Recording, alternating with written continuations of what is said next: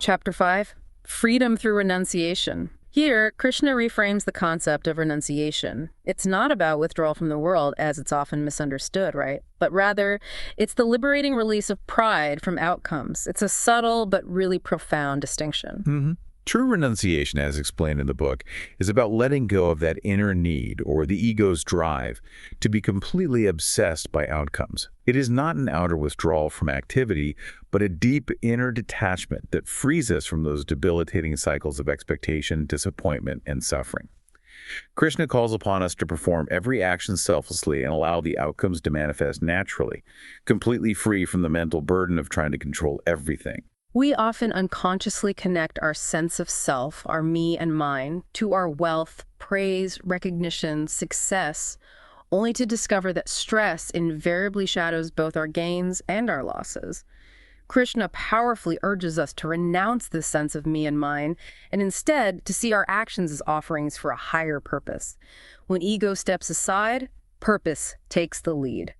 It's a powerful shift. It really is. Right. And the root cause of suffering, Krishna explains, is not in the action itself, but in our attachment to its results. We suffer profoundly when our expectations are unmet, when the recognition we seek doesn't materialize, or when outcomes simply don't match the effort we've invested. By offering our actions to a higher purpose, without clinging to the returns, we reclaim our inner peace and foundational stability. In the context of business, the book clarifies that renunciation doesn't mean being indifferent to results. No, it's about staying deeply grounded in your purpose, even when outcomes inevitably fluctuate.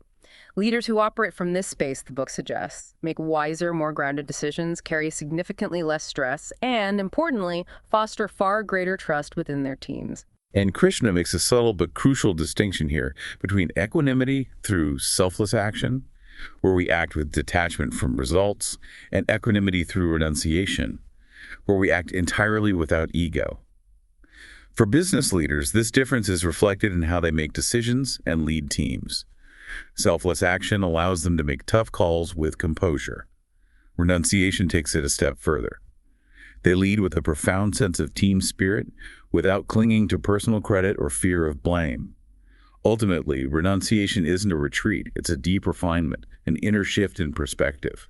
So when we truly relinquish our personal ownership of outcomes and act from a place of genuine purpose, we stop merely reacting to life's circumstances and begin to respond with profound clarity, calm, and unwavering conviction.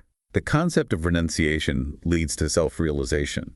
Citing, renunciation is difficult without yoga practice. The sage engaged in yoga soon attains Brahman, highlights that, look, renunciation is certainly not easy. It demands meticulous preparation and consistent practice.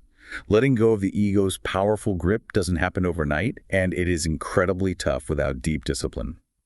Yoga, in this specific context, isn't about physical postures, remember, but rather the profound alignment of mind, body, and spirit. It's a training that helps us to rise above attachment and self-identification with transient things. So this means actively cultivating habits and mindsets that align your actions with a higher purpose, especially when the ego strongly desires to take over. Without that foundational discipline, renunciation can become forced or feel superficial. Discipline isn't restriction. It's really a design for sustained flow. Yeah, and this teaching is incredibly relevant in moments of profound uncertainty or emotional overload. A leader, for instance, may have to make a tough call without receiving any personal credit. A professional might need to do the right thing, even when it goes completely unnoticed. This is precisely where consistent practice matters, because the ego's pull to be seen and validated is undeniably strong. The book then turns to overcome destructive impulses to find happiness, quoting, "One who is able to withstand here on earth the impulse of desire and anger before giving up the body is a yogi and a happy person." Krishna here points to two major forces that consistently disturb our peace and cloud our judgment: intense desire and potent anger. Both, he acknowledges, are natural human emotions, but when left unchecked, they can completely derail our judgment, damage our relationships, and obliterate our clarity. And modern life, let's face it, constantly fuels these impulses. Desire often shows up as ambition, fueled by constant comparison with others. Anger emerges when our expectations are unmet or when our sense of control is threatened. Krishna doesn't condemn these feelings, but he delivers a powerful warning against letting them completely take over. You don't need to suppress emotion, he suggests, but you absolutely need to steer it with awareness. In leadership, emotional regulation is absolutely non-negotiable. A leader who reacts in anger immediately breaks trust with their team. One who chases every single opportunity out of uncontrolled desire loses focus and direction. But a leader who pauses, reflects, and consciously chooses their response earns deep credibility and genuine influence. The book concludes that happiness isn't found in satisfying every fleeting impulse, but in the freedom from being enslaved by them. It is found in mastery over our own mind. Okay, this brings us to the entrepreneurial framework here. Empowered leadership. One of the biggest challenges founders inevitably face is that intense desire to control every single detail. This impulse often stems directly from fear.